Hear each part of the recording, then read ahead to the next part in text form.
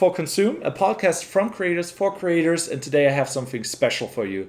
Lees Garcia, she is a beauty blogger. She does YouTube, she does Instagram. She is basically an influencer that you can find under Dupe or Design. Basically reviewing Gucci bags, Louis Vuitton. We talked about NFTs. We talked about finding your niche, how to create content, mindset, scheduling, all the good stuff. She basically knew it all, and she had a lot of good answers and examples what you should do and how what you could do. She also is starting a new channel because she wants to shift her content a little bit. So check it out. Stay tuned, and let it comment down below. Yeah, of course. It's my pleasure. It's about time. We've long overdue. Yeah. Well, I was checking out your stuff. It's really cool, and you're kind of inspiring me. Just a little heads up. Wait, which stuff? Which stuff are you talking about? YouTube, not like beauty. I know I have so much stuff going on. That's why I had to ask. Yeah, no, 100%. First off, let's clarify who you are, who I am, and what you're doing. Yeah, of course, sure. My name is Lees Garcia. I'm actually a full-time YouTuber and influencer and certified digital marketer. It's all I do is online. So I'm Fitz, aka Michael Christopher Fitzgerald, but I go by Fitzy Fitzay on the internet.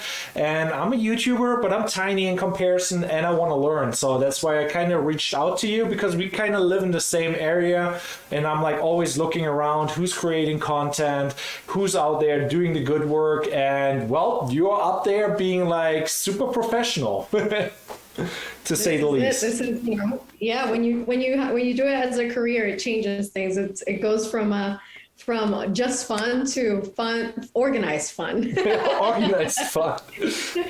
And here's me trying to learn to organize. First off, big props. You actually send out a Google Calendar date. And I'm like, whoa, okay. That is actually very professional, very organized. But I have to. So, I am also a professional procrastinator. Same here. Yep. Master procrastinator. So a life hack, this is probably as old as the sun, but I started doing it and I'm like, wow, this actually works. And it's just the fact that every night before I go to bed, I will go onto my Google Calendar and set times for all of my tasks. So, before I used to put my tasks in there already and then move them around. Now they have times, so 10 a.m. you have to do this, 11 you have to do that. And that way it keeps me on track and I don't wander around and procrastinate like I like to do. I feel that 100%. So one of the things is I always try to learn, and I was I think I know SEO, and I'm I can place stuff on the first page on YouTube, and let's say it straight up, I want to talk about YouTube, podcasting. You said metaverse and crypto, so couple cool topics. So basically I always try to learn and improve, and I'm a little bit into SEO, placing a YouTube video first page, so when they type in whatever K2 profit inline skates, I'm first popping up in the top 3 videos and stuff like that.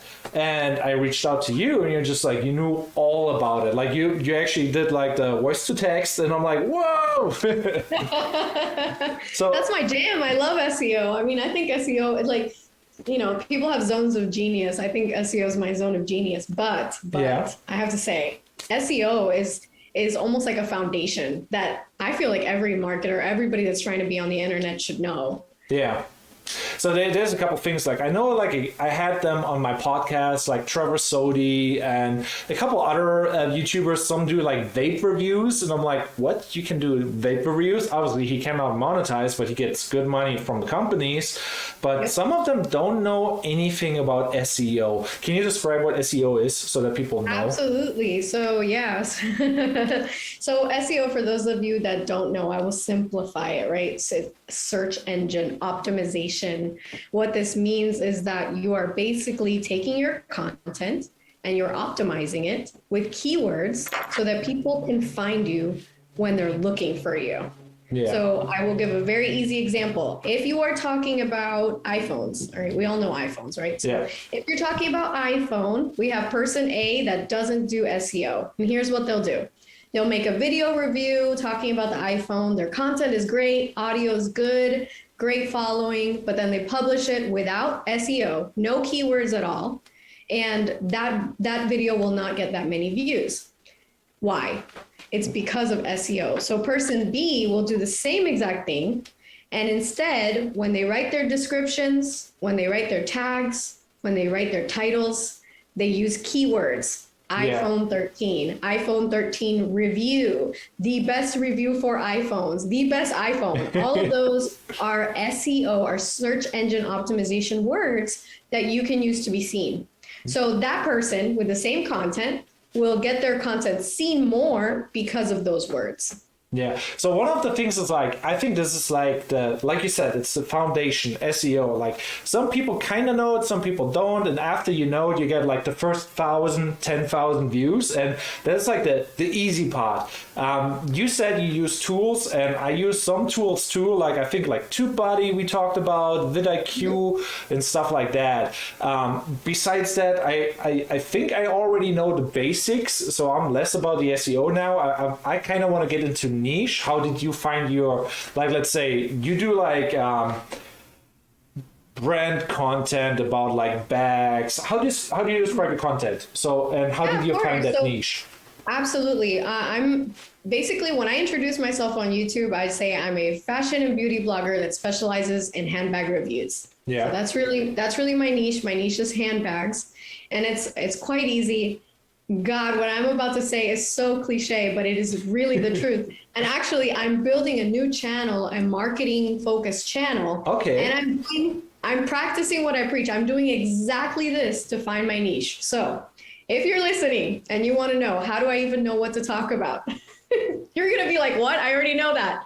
Maybe. I hope not. Let's go. Testing is the answer. Testing is the answer. So here's what I've done, right? I'll use my marketing channel, for example, because it's very new. My marketing channel, I think, has like 3 subscribers, all right? What's the channel? I want to follow. Send it me in the DMs, and we put in the comments below. I'll send it. All right, so here's what I did, okay? So in my channel is marketing focused, but we know that marketing is very broad. So anything, you can talk about anything. So I selected 10 topics. I selected NFTs. I selected Instagram, Facebook, productivity, general marketing, so how to market without a degree, digital marketing. I did a vlog. I did a review, a product review for marketing, right? Yeah. So I chose those topics and I made a video for each of those topics, and I optimized it. I did what I needed to do. Here's the thing. Some of these videos have 5 views. Yeah. Okay. My Instagram video has 5 views. My Facebook video has 1,500 views. Yeah. So I have a channel that has 2 subscribers with 1,500 views already. It's a brand new channel, and it's all because of testing. Yeah. So now that I have my 10 videos, I'm thinking, okay, what do I want to focus on? Should I keep focusing on Instagram with 5 views, or do I move into Facebook that has 1,500 views? There's your answer. Yeah. The audience picks it for you. Okay, so but how do you decide, like, let's say, are you truly loving Facebook? Do you see it as work, or you know what I mean? The niche that you just picked, the 10 things or whatever it was, or maybe 8, you probably don't like identify them as like, this is my passion, or like the love of my content thing, but it's part of you kind of because it's on your mind. But how do you know on what to focus? You said it best. And here's the answer. Like, everybody thinks that they have to have a topic. And I hear this all the time when I listen to gurus. They're like, find something you love, find something that you can talk about for 100 years. And that's going to be, make it your niche. And let's be honest, that's not true. That's not true. Have you ordered the same cup of coffee your entire life? No. Do you order the same thing at, what does everybody love? Taco Bell? I don't know. You might have a favorite thing, but we don't always do the same thing every single day. And we obviously changed tastes. I used to love pickles. I hate pickles now. If I would have started a pickle blog 10 years ago, I would literally hate pickles today. Yeah, right? True. So really the secret is not forget what you love, forget what you're obsessed with, forget what you like, right? That's a bonus, but it's not what you should be doing your content on. Yeah. What you should be doing your content on is something that you like and that you tolerate. And I'll tell you why, because you may outgrow your brand and you may hate pickles, but guess what? Would I mind writing about pickles today? No, absolutely not. You know, Yeah, if it pays the bills. Right, that wouldn't bother me. That is actually very helpful advice, because like one of the things you basically get talked on the internet, like you said, the gurus, they are preaching that do what you love and get paid for what you love. And here's me, I don't love anything. Am I depressed for not loving stuff? You know, like I like cameras, but do I love them? You know what I mean? And you kind of get in that self-finding circle and you're like getting lost. And it's like and toleration. I dig that. That's some good advice right there. Absolutely. I mean, listen, I don't like handbags. I'm not a person that's like, oh my God, I need to see, I'm going to go to the mall and look at handbags all day and I have 500 handbags. I mean, I do have 500 handbags now, but it's because I've monetized those handbags, right? But do I mind them? No. Are they a staple in my wardrobe? Yes. Is it something that every woman uses? Absolutely. Yeah. Are they always upcoming and changing and trends are coming up? Yes, these are all great answers. So when you think about you and cameras is great, right? Yeah, you don't love cameras. You don't love cameras. Not everybody has cameras, so you're getting a little bit more specialized. But cameras are always changing. There's always accessories, right, that you can talk about. Yeah. There's always upgrades. In fact, people are always wanting to know what camera is the best camera to buy and how it compares to other cameras. Yeah. So just there you have 4 or 5 YouTube videos that you could publish that all are about cameras, but they are directed to different people. Yeah, my problem on that note is like I do gear reviews, usually like e-bikes, scooters, like weird e-vehicles that always do well because I know the SEO. Then I did like some other SEO related content, so I'm getting the views from everything that I review, and I basically put the work in for a good video quality and SEO. And now I'm like, what do I focus on? What is my niche? And I mean, like now I guess I have to find what are the things that I tolerate and like the most. Well, yeah, and be willing to grow that, right? Yeah. And be willing. So let's say that someone is following in your footsteps and they're like, I want to do e-vehicles. It seems to be doing well. Yeah. You also have to ask yourself realistically, do you have the financial ability to continue to purchase these new e-vehicle? A lot of people may want to do this, but you have to stay within your reach, right? Yeah. Some of these may end up, once you review all the basics and you're like, man, this is doing really well. People are interested in it. You may have to, in order for you to succeed, you're going to have to upgrade, right? You're going to have to go into bigger and badder e-vehicles. Yeah, it's an expensive hobby if you do it that way. I mean, in the beginning, like, let's say like with your handbags or with my bikes and reviews in general, it's kind of good to buy your first couple own items, and if you really like them, review them. And later you can get like sponsors, but sponsors are kind of hard to get, or people who provide the product for you for review. You kind of have to have the portfolio, I guess. Yeah. Yes, absolutely. And actually, I've stopped working with sponsors, but it's a great start. So I did it backwards. Like, it's so funny because a lot of people that want to become influencers or YouTubers, anything like that, right? We'll call it an influencer. Yeah. Whoever wants to be an influencer, they think that there's some sort of trajectory that they have to follow, right? I need to find my niche. I need to get an audience. I need to sell. And then I need to get brand deals. I did it backwards. I started getting my brand deals before I even had my audience because I wanted to test and I didn't want to buy anything. So I was pitching, these fashion brands, beauty brands. I was pitching everybody. Hey, do you like me? Do you want to work with me? And then I was creating content off of all those freebies. Yeah. And I found my audience that way. Yeah, that's pretty good. Like, I think also like what people have to think is about, is that niche actually struggling to get promotion? Like some of the main fashion brands, they don't have any issues. So it's really hard to get sponsored by Adidas or Nike. And some of the other ones, it's really easy to get stuff. So that's how I got a sponsorship with a bike company. I don't want to mention the name, but check out my channel, you will see. So they have struggled like getting like viewers and people to buy. That is like a good thing where you could get a free review unit, and worked out for me. But yeah, how did you start? You randomly reached out, or did you have like, okay, I don't know. Well, I was just starting. So when you just start, you don't have systems and processes. You don't have scheduled content, right? You don't have a newsletter. You don't really have followers. So what do you have? You have time. Yeah. You have time. So I would just sit down, and anytime I would sit down and watch a movie, if I was on the couch, you best believe I was with my laptop. And that's what I would look hashtag research. What hashtag fits in my niche? So you can look up hashtag new camera brand, new camera company, new camera.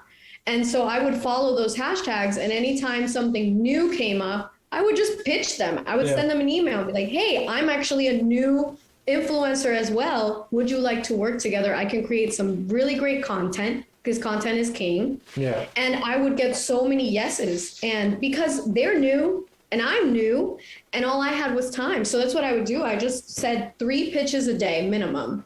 And I did that for a long time. I did that for about a year. I tried to do it like for also a year, but maybe on a monthly theme. Like I send out maybe like I have a run of 1 hour where I'm cold emailing companies that are lesser known, so I have a higher chance of like receiving something. Obviously everybody's begging for freebies, yada yada yada. So you get like 1,000 emails, maybe one says yes or better. I don't know.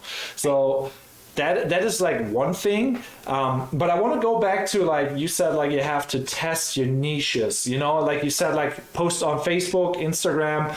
Right now reels and those shorts, like vertical content, is like fire, and you just upload anything, it goes viral. So how do you know that it's the niche? Because like I uploaded like, let's say, a drone video where a drone flies up, 2,600 views, like, and the video's not good, but just because it was real, it went viral. So I don't know, how do you determine, like, again, where to post, what to do?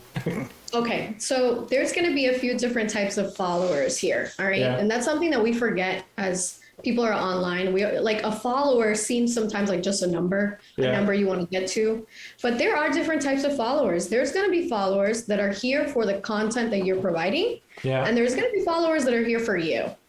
Got that. Okay, so when you're creating reels, there's just 2 rules that you should follow in general, and it's niche plus me. Niche, right? Okay, got that. Niche plus me. So let's say that people saw your drone video. What would you say like first impression? If somebody goes on your Instagram, what is prevalent? Like what do they see? I'm gonna go on you. No, I know. I got what you mean. Like, but that is like the thing where I'm like, you said like it's really good for like testing your niche, And right now I'm like, I told my soon-to-be wife, hey, make a YouTube channel, DIY soap making. She likes cold processing soap making. So I'm like, hey, put a reel out, and we upload on everything, and they perform well. And on some platforms they don't perform, and then they perform really well. And I'm just like, okay, so now I do like long-term like soap making reviews, like what materials she's using so she can get sponsors, yada yada yada. So I'm helping her with that, and that is like a thing where I'm like, okay, so experimenting. Do you have like any other tips for like growth hacks? Not really a hack besides like it's work that you have to put in, but like something to focus on besides like reels. So what you did, firstly, you did say something really interesting that I used to believe was true, and it's repurposing content. I feel like that's a lot. I've gotten a lot of that from gurus as well. Like when you watch a video, I mean, you can watch the best of the best, and they'll always be like, repurpose content. Yeah. Not every piece of content is going to do well on every single platform. That's not, like you said, that's a myth. people on TikTok are looking for different things that people on Instagram that are looking for different things that people on YouTube. Yeah. And repurposing the same snippet and just making it horizontal or vertical or adding audio and putting it on different platforms, that's not going to work. Yeah. Will it work to some degree for brand awareness? Yeah, sure, of course. Yeah. Like, I'm not going to say just because you repurpose something, it's going to fail. It's not going to fail.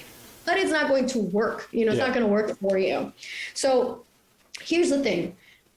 Identifying what your audience is looking for in each of those platforms. So with your wife-to-be's brand, right? Yeah. People go on YouTube, I'm assuming, to learn how she's doing things. Yeah. Would that be correct? Yeah, because YouTube is a learning platform. So people go to learn. Yeah. So people go to learn there. On TikTok, though, It's creative entertainment. People just want to see it made. Okay. They don't really want to learn. They don't want the details. They just want to see the soap, gooey and gooey, and they don't care. They don't want to, they want to see hands in, they want to see motions, they want to see so just to give you an idea, when you're repurposing the content, what I like to do is as I make content, I'm not really making content for repurpose. I am making content within content within content. Damn, that's deep though. Because like on the one side, I'm like, okay, this is like just like a fun question, but you already knew like, no, there's like different target audiences each platform, and you gotta focus on that. Whereas like it's big. Yeah. They're different ages. Yeah. They're different ages. So your audience on YouTube is not the same as TikTok. Your TikTok audience is much younger. Yeah. So then you have to answer a few questions, right? What does my younger audience want to do? Here's a few things they might want to do. Yeah. They definitely want to go there for entertainment. They're curious, right? They may not know how soap is made. Yeah, so, or care, they just want to have fun. Right. They want to see cool stuff. They want to see cool soaps. So now you have a whole nother category. What kind of cool soaps can we make? What kind of colorful soaps can we make? What kind of glittery soaps can we make? Stuff like that.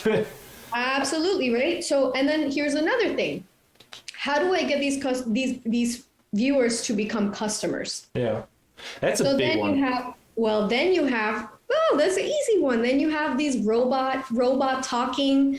Oh, this is how I got my boyfriend to be obsessed with me, with a little robot voice. It was like, this soap for my, this soap for glowing skin. This soap cured my acne. This soap, whatever. Yeah.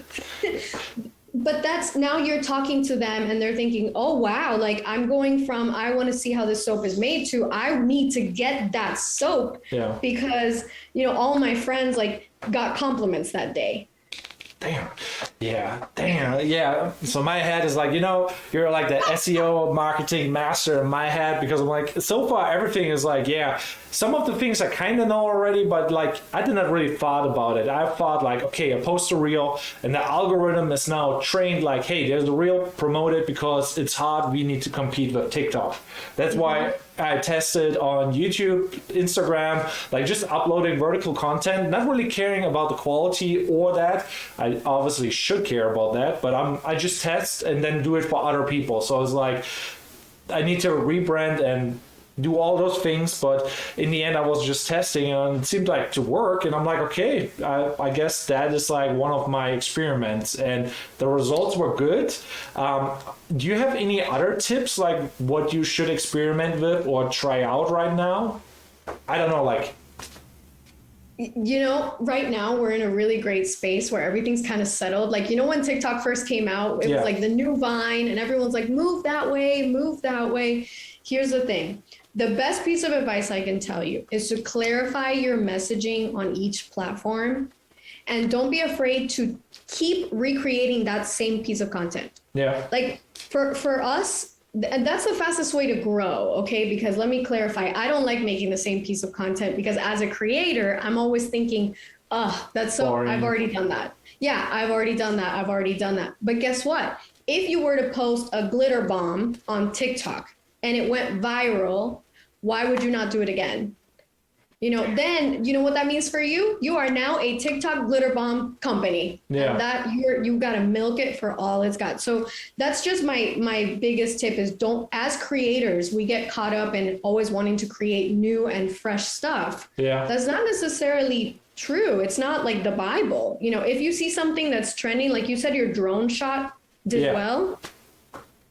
Do another one. Get to droning, you know, make more drone shots. Yeah, my thing is like the ADHD is strong with me, so I'm like I'm going all over the place. I'm like, what is my niche? What is my niche? And is this my niche? And then and then I'm getting sidetracked.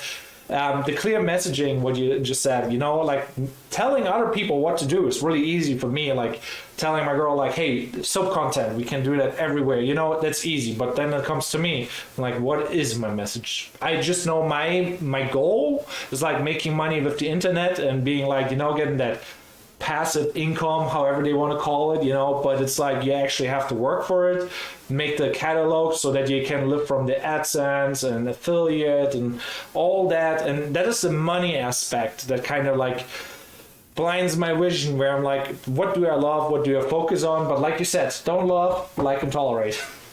Absolutely. And, maybe a suggestion for you personally, because I had this problem too, same exact problem. I'm thinking to myself, I don't have a passion. Right? Yeah. I'm not passionate about something. Or if I do, it's not something I want to monetize. Like I like yoga. That doesn't mean I'm going to become a yoga affiliate. Yeah. I'm going to be talking about mats all day. Like that's just because that's my passion doesn't mean I want to monetize that. Right. Yeah. Or not knowing, having lots of passions and not knowing. Something that I've started doing, like I mentioned, is the YouTube channel to educate. And you may fall into that platform and you may not know it. And that is something that I realized. So as I was talking to a class about marketing, they happened to tell me, they're like, oh my God, when you talk, it makes sense. Yeah. They're like, when you talk, we get it, right? And the whole time I'm in denial. I'm like, no, I just want to review things. It's like lazy marketing. Yeah. I just want to talk about these handbags and just make a little money and have fun with it. Yeah. But the truth of the matter is, perhaps what is calling to you is how to do all the things that you're good at. Okay. Like how to. I got you. How to take certain photos. Like you were telling me about this lens. Yeah. Just right there, you can just swap lenses and be like, hey, we're going to do a little lens review and I'll show you this lens looks like this. Now let's change it up. This lens looks like that. Yeah. That is like the easiest video. That is like kind of the problem, because like after you learn the SEO basics of being first page on YouTube, you kind of can pick and choose a niche and then dominate the niche. And basically like search result, you pop up first. And if it's in one niche, it's easy to grow because you can place it and you basically dominate the whole market. Like let's say food reviews, for example. And you want to be in a specific town, you just like, it would be so easy to dominate that market that you get kind of, that's me kind of getting like sidetracked on what do I aim this tool, what is like kind of the wrong thing to think about. Yeah, like I said, stop following your passion, because so many of us may not have a passion or may not even want to monetize that or might not even know how, right? So find what's working. Let the public decide your fate. Yeah. And that to me is the easiest when you don't know what you want to do. Yeah, man, it's already like so much good advice. Now on the flip side, what are things you want to talk about? Because like I saw in the meeting, crypto, metaverse, and podcasts. I'm kind of curious what is on your mind. Yeah, absolutely. Well, here, let me grab my dog. He's like, but bring the pad on. We need to see it. My little dog. He's okay. Well, you had mentioned about your skills and things you like to do. Yeah. So I wanted to, just talk about that, because this is really such an up and coming topic. Yeah. So many people are really like into the NFT, into the metaverse, and it's a weird hype thing. It's a really weird, complicated hype thing right now. There's a lot of scams out there, so it's like really dangerous for people who don't really know. And you hear it all over. Everybody is getting their hands basically burned. They're like, oh, I'm interested in that. And then they are reaching out to a bunch of people and money is gone. So it's like you got to be very careful. Like it's weird, but on the one side, the technology is like, the reason why it's so hype is the technology is that good. So my friend who was on my podcast, Christian, he made a good example. Let's say you're working as an architect and you want to submit paperwork to the city. And technically you could forge all the documents and nobody could prove that you forged it or that you're the right person, like with Photoshop, for example. Yeah. The blockchain that is like the technology thing. So for the regular viewer who probably does not understand it, it's basically making sure that you, the sender, are whoever you say you are, and nobody can make a fake out of that. And the receiver and the message that's getting sent is been verified by millions of computers. And that's basically the easiest example of like blockchain. Every computer is like making sure that whatever gets sent around is not manipulated, and it's verifying every transaction in a way that is not easy to falsify, if that makes sense. Mm-hmm. Yeah, so that's like, yeah, so that's the easy explanation. And then there's like different coins that are basically different networks of computers. And some people just like come up with new business ideas because now you can verify things you couldn't verify beforehand.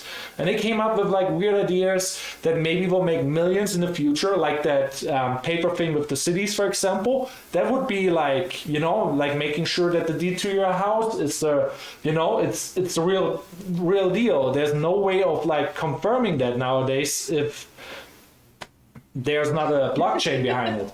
So that's the complicated part about it, a lot of scams, but people also can use that right now because no coin or platform is established enough, so they can make their own coin saying this is the new big project, and people just blindly believe it because they don't understand, and then they jump into like a weird hype coin, influencer coin, or whatever, and then the money that was like founding everything gets like pulled out and all the money is gone. That's like one of the big things where I'm like, gotta be careful with that. Just invest your money into something that you completely understand and know how they make the money back. Absolutely. Yeah. And even so, I've been following a few people, and one of which has a problem I never even thought of. Okay. And it's the fact that they hold a very valid coin, and the value is so high they can't sell it. So why can't they sell it? Well, just like anything. Haven't you had a lens that's a great lens and is just not in demand? Nobody. Yeah, I got that. I got that. Yeah. That comes then back to, is it really that valuable? Like it maybe has the inflated price to it, and the actual value that people would pay, that is like kind of like, when something, the lens, for example, if I sell that lens now on Facebook Market and it has to be gone by tomorrow, you can go down with the price and it's going to happen. But what is that price for that NFT, or that coin or whatever? And that is then, sooner or later, it will pendle itself in and he will be able to sell. But it's a tough thing. Yeah, absolutely. It's strange, but I think it's a positive thing. It's almost like Bitcoin. A few years ago, people were saying that, Bitcoin's a fad and it's not worth it. And then there's people making millions off. Yeah, and that is the thing. Nobody really knows right now. And it's like, what will be the established coin or whatever you want to say to authenticate transactions? Because they're all fighting over the same thing. Like, what is the most reliable, trusted? What will be the future? And right now you can just throw money at a bunch of stuff and hope one of the things will survive, but I think a lot of things will fall away. That's just my opinion, but I'm not really like too heavily invested in like what coin or blockchain or NFT will do well, because like it's speculation right now, and like I said, 90% will fall away, 10% will survive and will be the new Amazon. You know what I mean? Because the technology is good, but the question is who will survive? And that's the thing where I'm like, it's iffy. I'm just like trying to figure out for myself. I'm working with an art event where we probably gonna make a NFT for it. So not even related to blockchain. It's just like, okay, people can make an auction and buy that NFT, and the money that we get from that will like basically goes towards the event, and we basically making money from that. There will be a smart contract in it where I get like 1.5% and the event manager gets like something like that too, and we want to keep it like fair, and that is what I'm working on. So I'm like really more into creating assets so that I'm like in understanding everything, so I don't have to deal with like, where do I put my money and hope it grows? Like I'd rather try to build, if that makes sense. Are you designing it or are you working with a designer? So I got started with the it's called Woven. It will be in Sarasota. It's an art event where they do like some dancing performance, a lot of art options. It will be like a really cool event. And I did like some 3D animations, and I kind of got into a thing where I'm like designing a show where girls will be dancing in like sounds all weird, but there's like a smoke curtain, and a projector will project video on that curtain, and then everything what you see as a video becomes real life because they're wearing the props of what you see in the video, and I'm making the video on Blender in 3D. And that kind of was like, oh, now I have those tools to create art on the computer. It just takes forever. Oh, really? It does take, how long would you say would it take to make a design for an NFT? So that is really depending on what style you like, like we saw all styles already, like on the NFT market. Most people, they just like came up with an easy way how to generate like 1,000 different things automated, and then the value comes from like benefits you will get if you hold one of those NFTs, maybe like a pool party or whatever, and then they call it like a crazy ape, monkey, whatever stuff, and that is like the real value is not the art, apparently. It's like what you get with it, or the status, how much you paid. The utility. Yeah. So that is where I'm like, I kind of despise it, because like after you make your own art, you're just like, okay, I put so many hours in there, and then there's somebody just like putting like a filter over it in 1,000 times, and it's different, and then you're just like, you call it art, kind of, what I mean? That's the creator in you, there's also a beauty in getting someone to, I know photographers too, they're very possessive over their photography. They never want to put their name over it if it doesn't have their edits. And it has to be a certain way, and yes. And what's funny, like as someone that's in front and behind the camera, like I've already evolved past that. Like at this point, like having your own style is so important, but there's still value in being appreciated by those that appreciate you, even if it's with a stupid filter that we don't like. There's still value in that. Yeah, I'm sorry for being like with the whole explanation. I hope that wasn't too nerdy, because I always feel bad talking about crypto because people love it or hate it, and it's like We've got two separate episodes then. Some for like crypto and some for don't. Yeah, because like a lot of people get scammed. So I'm like, and I get it. And it's like, especially when you buy art, then you figure out it's just like one of 100 or 1,000 that are similar. So that's like the thing. Like if you create a custom piece, it can take a long time, or it can go easily and take an hour or 2 or 5. It's really depending on what style, how you do it, how many versions you make, if you do it automated, if you do it by hand, and obviously if you do it like handmade or whatever you want to call it, because it's digital, obviously it sounds better than if you figure out, hey, the guy did like 1,000 layers on Photoshop and just changed layers, and then you're like, yeah, that already sounds bad. You know what I mean? So it has a better value if it's like, okay, it's handcrafted, even though it maybe is not the prettiest, because art is like subjective. So I'm like, yeah, it's really depending. Like there's no set time. But yeah, thousands of ways how to do it. Like let it be a JPEG, let it be a video, let it be animation, let it be like a 3D rendering. Yeah, it's really depending on the style you want with like the time. Got it. To get back. Okay, that's valuable information. I have someone working on an NFT for, we are building the first hotel in the metaverse. And so with that will come a matching NFT, but it has taken a while, and maybe it's my ignorance. Sometimes when you don't know how something works, you're like, why is this taking so long? I mean, it's also like kind of a good sign, because like usually so that is also like a thing where I'm like, it's really important to check what people do, like let's say you have a project or you have a YouTube channel and you want to keep your investors happy, you post status updates, you post videos, so it's things where you can follow along. What do the people do, and can you trust them long term? Are there like people who are committed to a project and actually finishing the project, even though let's say they know it's going to fail, but they want to finish it because they believe in it. And that is like, for me, like a big criteria.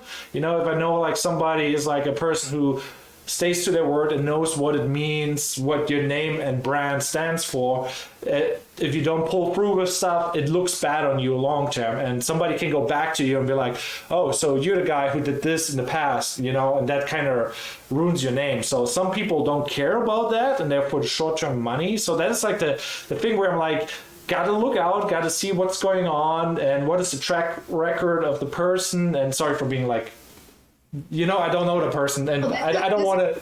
Super valuable. I mean, this is actually something that I was going to piggyback on, because I have had this problem not only in the NFT space, but also as an influencer, for example. Like there's been, you know, as you grow, you start needing more backup, you start needing more help. Yeah. And like you said, there are so many people that are gung-ho about being on your team. And still the work is there, you know, and you have to do work. Right. They want to reap the benefits, but then you ask them to show up and they don't have time. They don't want to, you make time for what you want to make time for. Exactly. There's no excuses. Like I have people like trying to shoot behind the scenes for like some of the podcasts I do. I'm like, yeah, sure, let's do that. I'm telling everybody on the set, like, hey, I have this guy coming, I have that guy coming. Didn't show up. And I'm like, now it look bad on me for like, I thought you'd bring a photographer. That it was going to happen. Yep. And then it didn't happen, but it's because everybody wants to say yes, but nobody wants to do the work. Got to be careful with the yes. Got to be careful. Which goes to, you know, to bring us back to the influencing world, like something that is misconstrued all the time is, oh, I want to be an influencer. I want to be behind the camera. I want to make affiliate income. But what people seem to forget is that it takes consistency, it takes a schedule, it takes analytics, very important. So, I mean, every morning, like when I wake up, it feels like I should be making a cup of coffee and making a reel. That's not at all what I do. Just so romantic. Oh, just a coffee and a little reel, we're good. They don't see the other stuff. I'm going to post this purse and call it a day. Every single morning when I wake up, you know what I do? Google Sheets and Google Calendar. What's going on? What was the income that came in? What was the post that did well? What are my analytics? What is my reach? How did the hashtags do? What kind of content are people looking for? So all of that, even before my cup of coffee, before my next reel. And so that's something that people forget, is like, you have to remember that there's a back end and treat it like a real business for it to work. Yeah. It's kind of like a weird thing, because I was like talking on the podcast this morning. I had a podcast with Kian, Nobi, Media, and he was like talking in the beginning when I picked up the camera, it was all fun and everything I did with the camera was fun. And then now as a professional, you pick up that camera and you see all that self-doubt, you know, you critique your work, you compare your work, and everything is like, it got like so meta on the end of the podcast, and I'm just like, yeah, this is real, you know, and I'm just like, ooh. And now I'm just like, what? Do I even like what I'm doing, you know? And it's like a weird self-reflection, you know? But it's okay.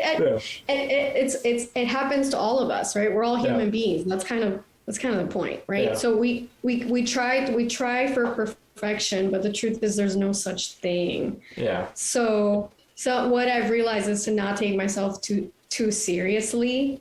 So before, I used to want to create content that looked a specific way. You know, if it doesn't look this way, or if I can't do it this way, I don't want to do it. Yeah. And you know what happens? 0 posts is not as good as 1 post. I'm sorry. Like, so that is my problem. On the one side, it's a blessing to not care what people think, but now I have to also, I learned this month, like, okay, I should care what people think, at least to some degree, because like my portfolio, if you go on my Instagram, it's all over the place. You wouldn't be able to tell what I'm doing, but I do stuff. You know what I mean? I shoot weddings, I edit like performance stuff, I do podcasts, I do a lot of YouTube. It's a little bit, you know, branding is a big deal and a little bit confusing. So I got it backwards on that, and I have to get back into it because I literally don't care. Like I said, I'm uploading stuff, seeing how it performs, learn and apply on somebody else's thing where I know what their niche is, but I don't know mine, so I don't care. But I think I should care and just pick like two, three things and focus on them. You know what I mean? Right. And also here, just to do like a mini audit, like I do everything 360. Do it. Right? On the bio, I do everything 360. Something that we forget a lot is people that aren't in your industry may not know what that means. Yeah. You know what that means. But people may not know, right? So and also, even if you have different niches, right? Like for me, I'm beauty, lifestyle, fashion, whatever, blah, blah, blah, right? But I gave myself an identity and I said, you know what? I'm going to be the number one source for shopping at this place. Yeah. And I just named myself that in my bio. Your number one source for shopping here. Yeah, and you make yourself a name. That's what you have to do. But then you have to think, what should my name be? What do I want to be? That's the... Well, what's your zone of genius? Yeah. What can you create with your eyes closed?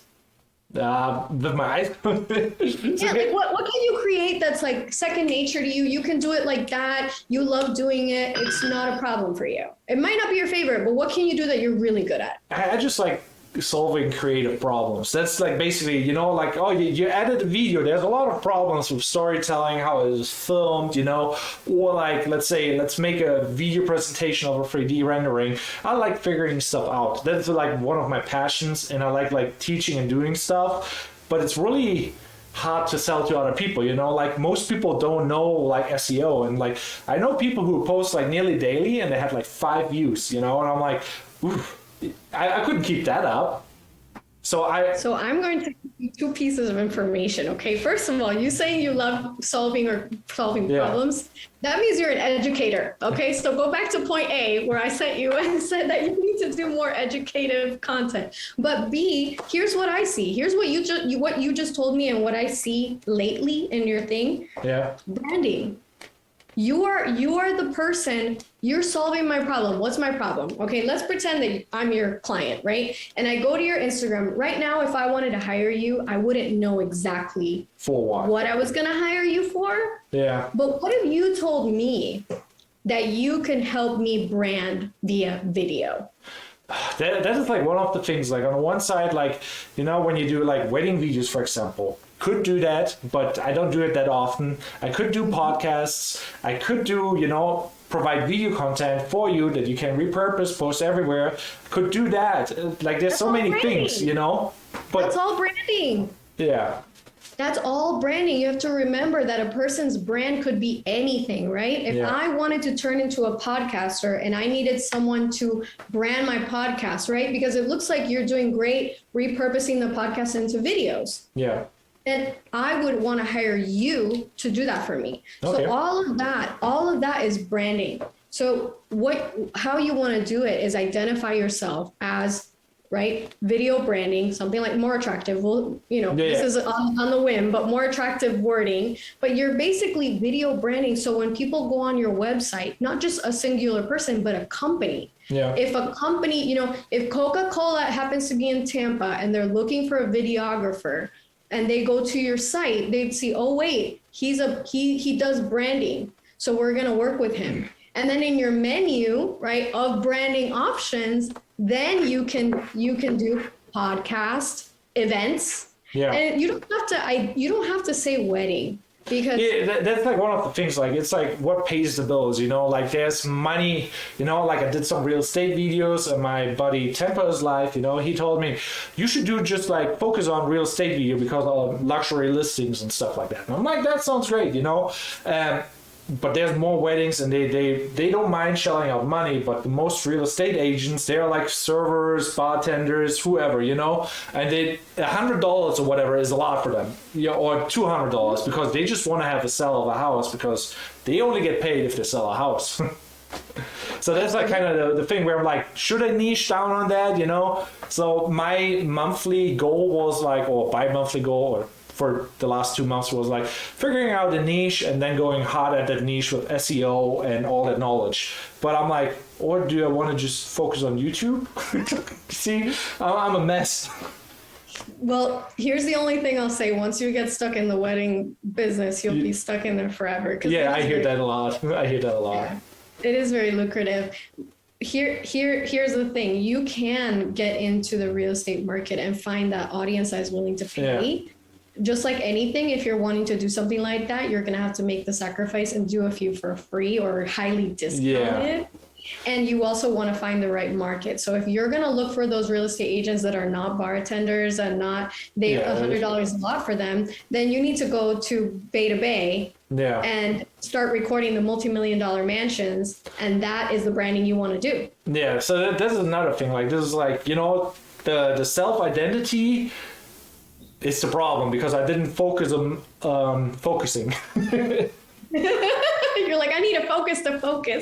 Yeah, so then I find my niche. Like, that is, my identity crisis, I would say. But I think like you got me there some good points there, and I'm like, I really like the thing that you said with like your top 10 things that you are interested in that you don't like but you care about, or like that you like and that you tolerate. You're not passionate about, but you can tolerate. Yes. Yeah, and I think that will help me a little bit because like I think that will help me branding after I decide like, okay, what is actually after I nail it down, because I maybe put in too much thought into that where I'm like, okay, thinking too hard about this is. Absolutely. And that's a great way for you. Like pretending you're starting now, the best thing I would do in your shoes, listening to everything that you've said, is plan out 5 to 10 videos that are specific and be like, okay, on I'm going to put a wedding video specifically. I'm going to do a podcasting video where I edit, them talking and being in the studio and all that. Then I'm going to do an event and do like, I don't know, whatever you do, events or nightclubs or whatever, and post them, optimize them and see where it takes you. Yeah. Because at the end of the day, that's where you want to go. You want to go where your audience and the money is. But like you said, yes, wedding is lucrative. I don't love it. But you may end up posting all those videos on YouTube and no one cares about Bob and Jenny's wedding. Yeah, no, they usually don't. It's the same with like if you do like real, like professional, like filmmaking reels where you make something very cinematic and it's client work. Nobody cares. As long as there's no personality behind it, your content will not grow. So that's like one of the things. But yeah. And another idea that you could do is take the same videos and just do a voiceover on how to achieve that look, how to achieve that, or tips, right? 5 tips for wedding photography. Now, do people want to see it? Yeah. Absolutely, they want to see it. And guess what? You can educate, you've niched down, and you're making money doing weddings. Yeah. Right? Best lenses for morning weddings, best lenses for evening weddings. Best 10 camera equipment pieces that you need for an outdoor wedding. Yeah. And that's already an entire niche that you've monetized that people want to watch because they're learning something. And all you're doing is creating the same content they're already hiring you to create. Yeah. No, like what you said in the beginning, like with the putting yourself in like a category, like educator. I really like that because I kind of like teaching people stuff and figuring out stuff, how to do stuff. Now I just have to figure out then the niche, I guess. I feel like this is a therapy session here. But that's great. If you want to do it that way, then niche that way and I'm going to do a how-to podcasting, how-to video, how-to photography, how-to, you know what I mean? And then just turn that into, or 3 tips, 5 tips. Yeah, no, that makes a lot of sense, and I like that. I think now it was enough talking about me. Feel a little bit guilty. I don't want to waste your time too much. What else is on your mind? Well, I'm a consultant at heart, so that's literally why I started the new channel, is because I like to educate, and so even though I do have a passion for what I do now, which is the handbags, and actually. My mom said this to me a long time ago, and I thought she was crazy. And she said, it doesn't matter who you love. What matters is who loves you. Aww. And I always thought, that sounds crazy. Okay, I don't want to love somebody that just loves me. I don't want to. What if I don't love them as much as they love? She said, no. Focus on who loves you.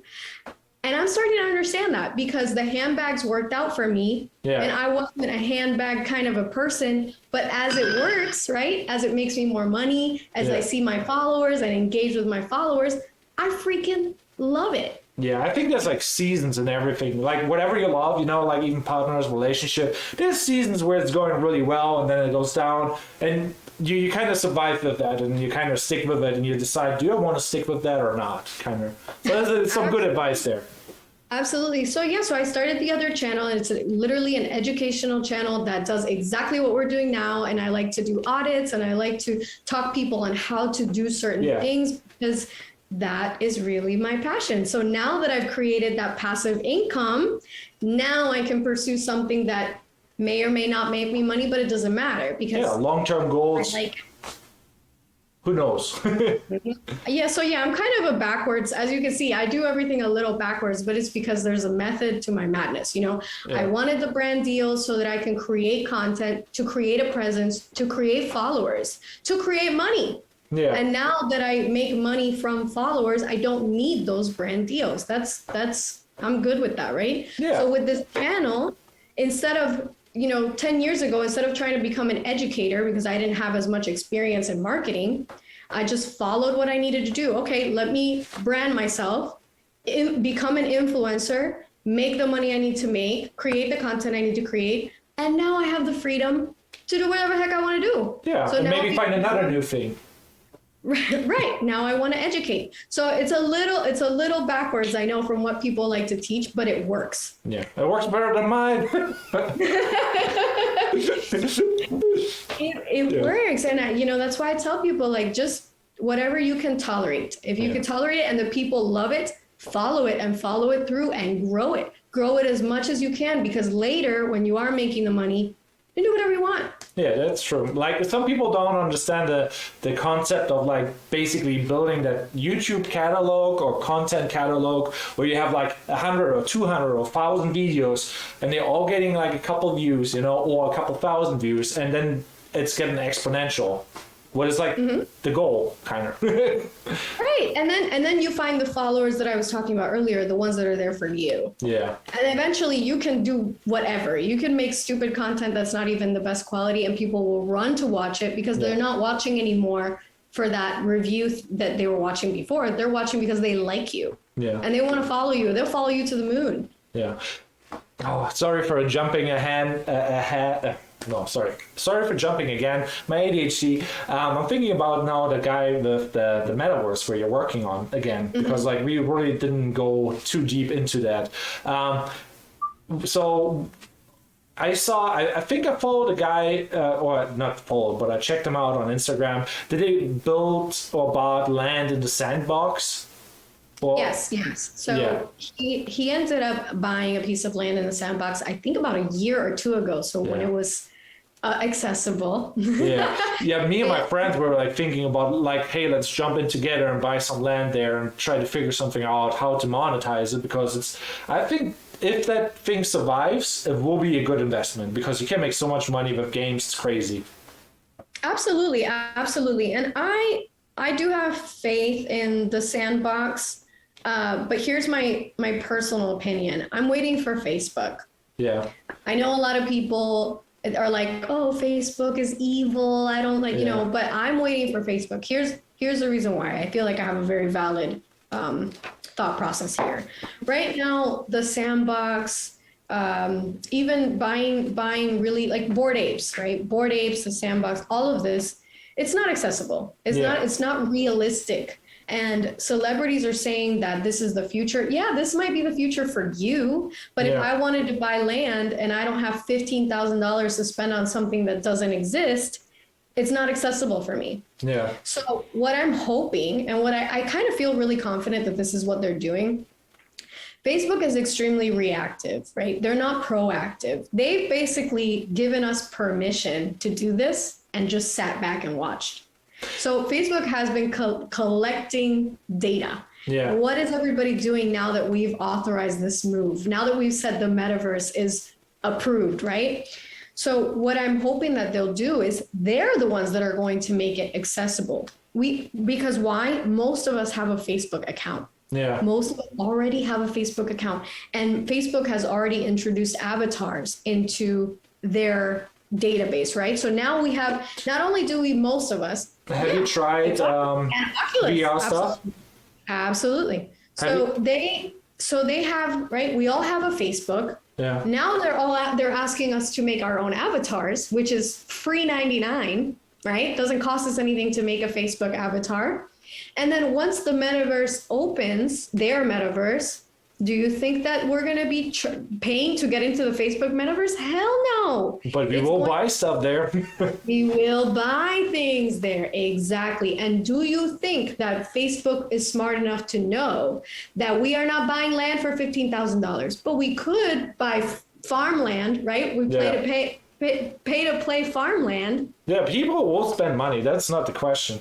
Absolutely. So here's like my weird experience with the whole, will Facebook be the metaverse? So my buddy Jonathan, his brother, basically made a VR game, blew up and sold it on Steam, made a lot of money. And then Jonathan, my videography friend, who basically told me that, and we checked out his game.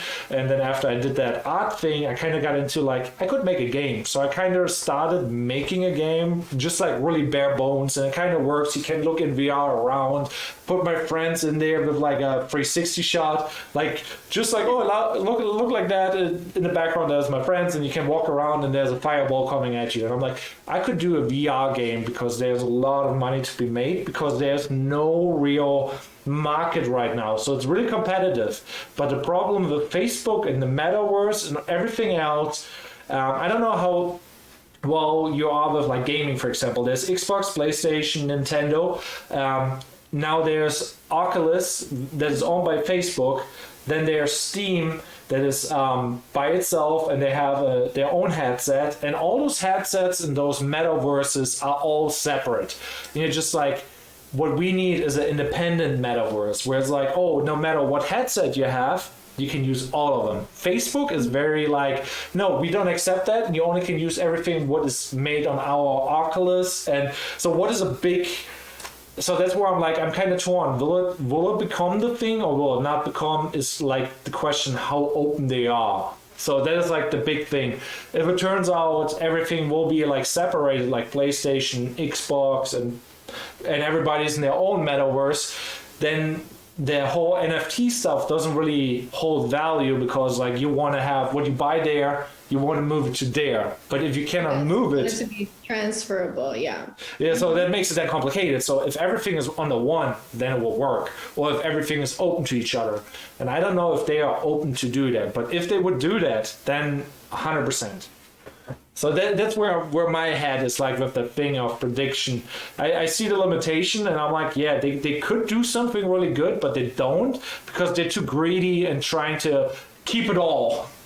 Well, I think they want to set the standard, you know, and at the same time, I don't think there's anything wrong with wanting to set the standard. Yeah, you know, 100%. Yeah, I don't think that there's anything wrong with wanting to be the go-to and wanting to be the true and real and ultimate metaverse, you know, which, like you said, yeah, if you're greedy, then we can't take our accessories, right? We can't even take our avatars. And Facebook's already telling you, make your avatar here, you know, so you can't take it anywhere. But there's nothing, I wouldn't say there's anything wrong with that, but it's only because of the accessibility portion. Yeah. Because I don't see it being accessible right now. So on that note, you have a VR headset? No, I don't. Have you tried it a little bit? Have you dabbled? Yeah, of course. But honestly, so, all right, I am a little biased. I am really big on the part where it connects VR with us, right? Yeah, real life. Yes, I'm very biased. I don't think that the metaverse is a trend. I think it's here to stay. Yeah. But I also don't think that I'm going to put on a headset and be in the metaverse all day. That's just not. It's not real life. It's not, you know. And so I'm really big on the bridge. So that's why, like, I don't have a headset. I'm more interested in how it works, how we can monetize it, what people are using to get to the metaverse, what metaverses are popular. So for me, I'm more back-end based. Yeah, so you want to understand so you can see what to do with it. It's kind of like... absolutely. For me, the games, and like I said, I don't want to set anything in stone. We are human beings after all, right? We change our minds. Yeah. But for me, the gaming aspect of it has less value than, for example, a company that takes real estate, homes that are listed, scans them, and puts them in the metaverse. So if you wanted to buy, right? So if you wanted to buy a home in Bali, you don't have to go to Bali anymore. You can put on your headset and browse the homes. Yeah. For me, that's the value that I see. And for me, I don't need a headset.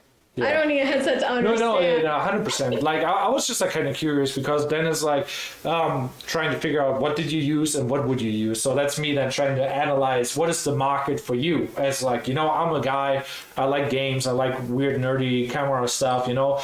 There's like markets for everything, and it's like kind of weird to see from the outside what do other people like, you know, like, and what is the most common thing, because then you can see, oh yeah, this is actually performing really well where other stuff doesn't, you know what I mean? That's like me just trying to analyze what is your perspective.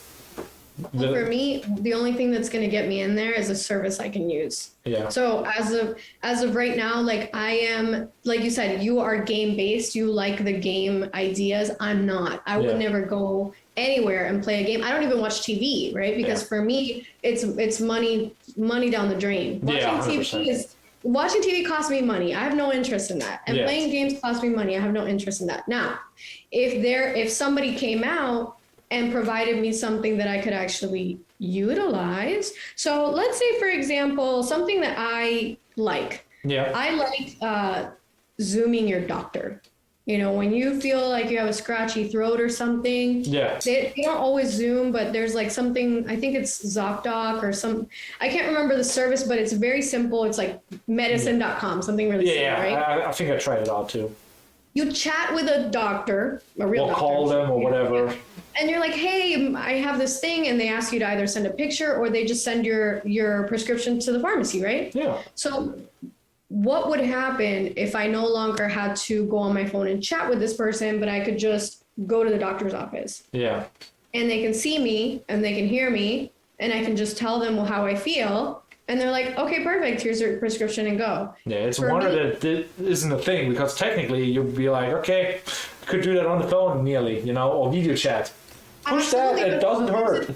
Yeah, sometimes it's personal. Sometimes you need to open up and go, and you can't do that on the phone. You can't do that on texting. Yeah. So for me, like, there's so much value in real life situations that, I would 100% get a headset if I could shop for real estate, if I could go to the doctor. I would definitely get a headset if my Amazon Prime, if I didn't get on my Amazon Fresh. Do you buy groceries on Amazon Fresh? We tried. It's just like kind of weird. I don't know. It's just like too inflated, and all you get is like really weird items. Like if you want to have like the rocks, like energy drink, or you want to have like it's limited. Yes, it's limited. If you want to have fancy stuff. But yeah. But tell me, if I could just tap, right? If I put my headset, that would be valuable. You know, forget it. That's the one I would buy. But because right now we're not there yet, then for me, as far as it's game based, then I will forever be on team bridge the gap. I want to bridge the gap between real life errands, real life things that we're doing. Have you seen, you probably have seen it, but there was like a Casey Neistat video like years ago, like with Google Classes. He wore like Google Classes on a flight and everything. And what he sees is like, you know, where you go, where you have to do, and weather temperature and stuff like that. And that is like, I think now 15 years or 10 years ago when that was. I have no idea when they came out.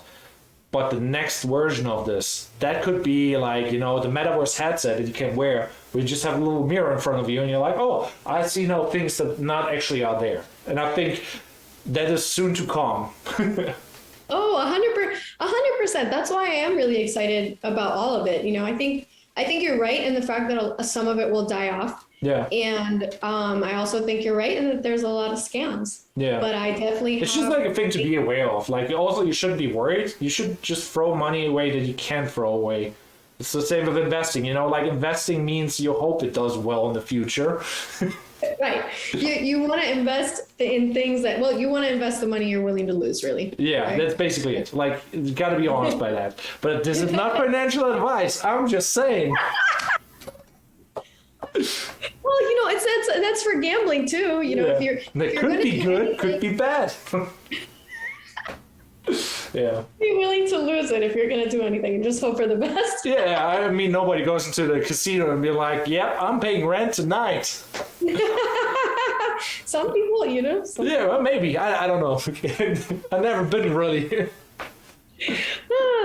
Okay, I think we covered all bases. Yeah, thanks again for all the insight, and that was kind of fun. Give a little shout out to yourself.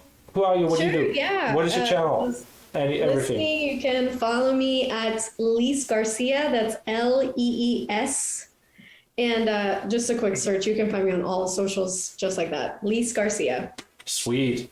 Yeah, thanks for having me and doing that with me. And yeah, I'm very curious. Let me know if you guys need like metaverse material, like NFTs, anything. I would be willing to collab as long as it's like not going down the the drain.